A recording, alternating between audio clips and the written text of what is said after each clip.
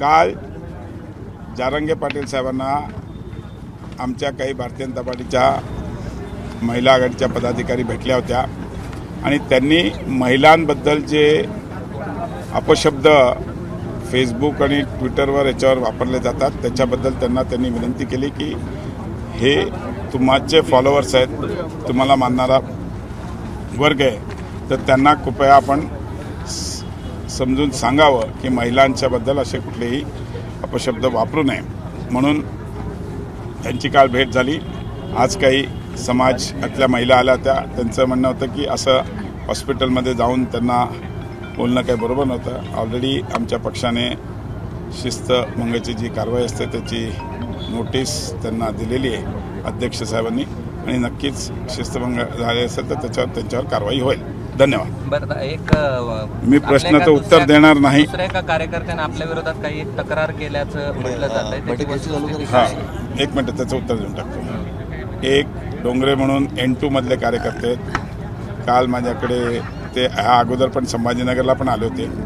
त्यांनी जालना DPDC मधून मला निधी मिळावा आणि तांडा वस्तीमधून मला निधी मिळावा म्हणून मला त्यांनी पत्र दिलं होतं. मी त्यांना त्यांचं देवेंद्र फडणवीस फाउंडेशन ह्या नावाने ते पत्र देतात. मी त्यांना म्हटलं बाबा हे देवेंद्र फडणवीस साहेबांच्या नावाचं फाउंडेशन असेल तर त्याच्यावर त्यांची सही घेऊन ये, मी नक्कीच तुला निधी देईन.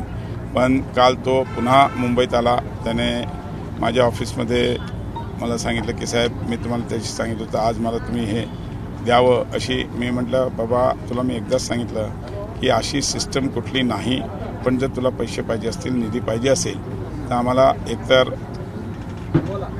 देवेंद्रजींच्या नावाचा तू लेटरहेडचा वापर करतो तर त्यांची सही मिळाली पाहिजे. त्यांनी जर मला सांगितलं तर नक्कीच तुझा विचार करेल. पण तरी तो आर्ग्युमेंट करत होता. शेवटी आमच्या शिपायाने वगैरे त्यांना सांगितलं तू बाहेर जा. नाही धक्काबुक्की काय, माझ्याकडे 10 जण बसले होते. 10 जणांसमोर काय आम्ही धक्काबुक्की करायला एवढा मंत्री अजून तुला नाही. त्यांनी प्रूफ दाखवावं. कुठेतरी व्हिडिओ कुठेतरी, आता तुम्ही जर शूट करता तिकडे पण 20 लोक होते माझ्या ऑफिसमध्ये, कोणीतरी शूट केलं असेल ना. माझं म्हणणं जर त्याला धक्काबुक्की झाली किंवा मारहाण झाली तर त्याने हे दाखवावं, व्हिडिओ दाखवावा त्याला मारहाण केल्याचं.